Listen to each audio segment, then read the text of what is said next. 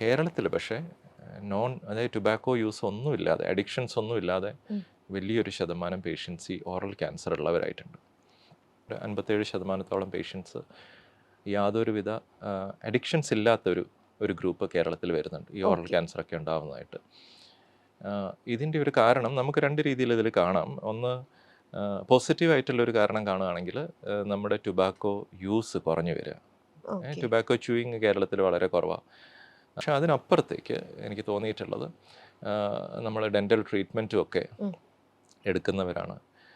അപ്പോൾ അതുമായിട്ടൊക്കെ എന്തെങ്കിലുമൊക്കെ, അതായത് ഇപ്പം പല്ല് കേടായിട്ടുള്ള പല്ലുകൾ നമ്മൾ ശ്രദ്ധിക്കാതിരിക്കുന്നു.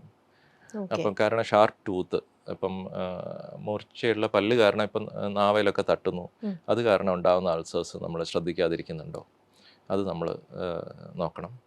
പിന്നെ വൈറസുമായി ബന്ധപ്പെട്ടുള്ള HPV വൈറസ് എന്നൊക്കെ പറയുന്നത്, അത് പക്ഷേ നമ്മൾ പഠിക്കേണ്ടതാണ്. കാരണം വായിലുണ്ടാവുന്ന ഓറൽ ക്യാൻസർ എന്ന് പറഞ്ഞാൽ നാവിൻ്റെ മുൻഭാഗത്തേക്ക് ഉണ്ടാകുന്ന ക്യാൻസറിനെയാണ് ഉദ്ദേശിക്കുക.